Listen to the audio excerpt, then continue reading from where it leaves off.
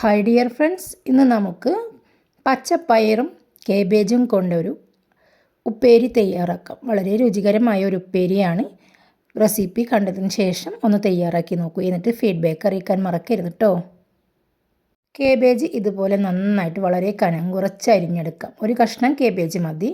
1/4 kilo പച്ചപ്പയറും, നല്ല നീളമുള്ള പച്ചപ്പയറും ചെറുതായിട്ട് അരിഞ്ഞെടുത്തതിന് ശേഷം ഇതുപോലെ ഒരു അരിപ്പയുള്ള പാത്രത്തിലിട്ട് നന്നായിട്ട് കഴുകിയിട്ട് നന്നായിട്ട് വെള്ളം ഉലർത്തിയെടുത്ത് മാറ്റി വെക്കാം.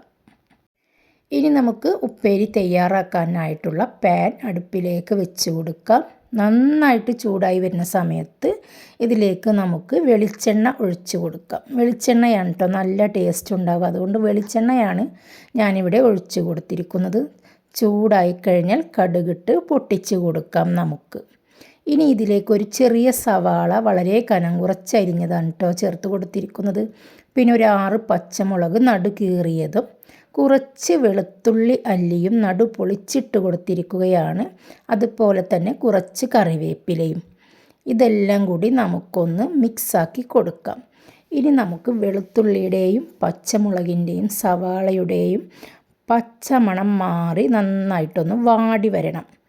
ഇനി ഇതിലേക്ക് നമുക്കൊരു 1/2 ടീസ്പൂൺ മഞ്ഞൾപ്പൊടി ചേർത്ത് കൊടുക്കാം. മഞ്ഞൾപ്പൊടി ചേർത്തതിന് ശേഷം നന്നായിട്ടൊന്ന് മിക്സാക്കി കൊടുക്കാം. എന്നിട്ട് ഈ പൊടിയുടെ പച്ചമണം മാറി വരണം. അതുപോലെ തന്നെ പച്ചമുളകും സവാളയൊക്കെ നന്നായി വാടി വരണം. അതുകൊണ്ട് ഒരു 2 മിനിറ്റ് നേരം അടച്ച് വെച്ച് തീ കുറച്ച് ഇട്ട് കൊടുക്കാം നമുക്ക്. എന്നിട്ട് 2 മിനിറ്റിന് ശേഷം മൂടി തുറന്ന് ഇതുപോലെ ഒന്ന് നമുക്ക് ഒരു തവി വെച്ച് നന്നായിട്ട് മിക്സാക്കി കൊടുക്കാം. നമ്മളുടെ പൊടികളുടെ പച്ചമണം മാറിയിട്ടുണ്ടാവും. നമ്മുടെ പച്ചമുളകെല്ലാം വാടി വന്നിട്ടുണ്ടാവും. അപ്പോൾ നമുക്ക് വാരി കഴുകി മാറ്റി വെച്ച നമ്മുടെ കേബേജും പയറും കൂടി ഇതിലേക്ക് ഇട്ട് കൊടുക്കാം. ഉപ്പ് ഇടാറായിട്ടില്ല കേട്ടോ. ഒരു 5 മിനിറ്റിന് ശേഷം നമുക്ക് ഉപ്പിട്ട് കൊടുക്കാം. അതിന് മുന്നേ തന്നെ നമ്മുടെ ഈ കേബേജും പയറും ഇതുപോലെ നന്നായിട്ട് മിക്സാക്കി കൊടുക്കണം. തീ ലോ ഫ്ലെയിമിൽ മതി കേട്ടോ.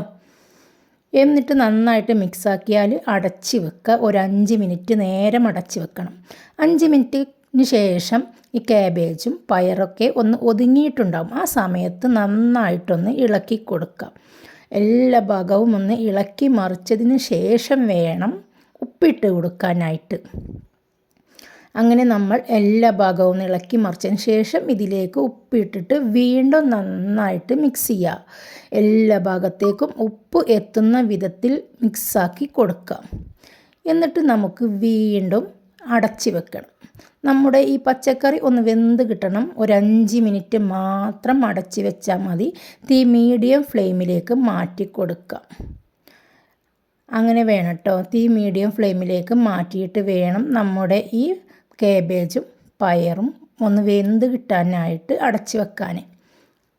ഒരു 5 മിനിറ്റിന് ശേഷം വീണ്ടും നമ്മൾ തുറക്കുമ്പോൾ ഒരു 1/4 ഭാഗം വേവായിട്ടുണ്ടാവും. കുറച്ച് വെള്ളമൊക്കെ ഉണ്ടാവും. അപ്പോൾ അത് ഒന്ന് വറ്റി കിട്ടണം. അപ്പോൾ വീണ്ടും നമ്മളെന്താ ചെയ്യുക, ഒന്നങ്ങോട്ട് മിക്സാക്കി കൊടുക്കുക. കണ്ടില്ലേ, ഇതുപോലെ നന്നായിട്ട് അങ്ങോട്ട് മിക്സാക്കി കൊടുക്കുക. എന്നിട്ട് തീ ഹൈ ഫ്ലെയിമിൽ വെക്കുക. എന്നിട്ട് ആ വെള്ളം ഒന്നങ്ങോട്ട് വറ്റിച്ചെടുക്കുക.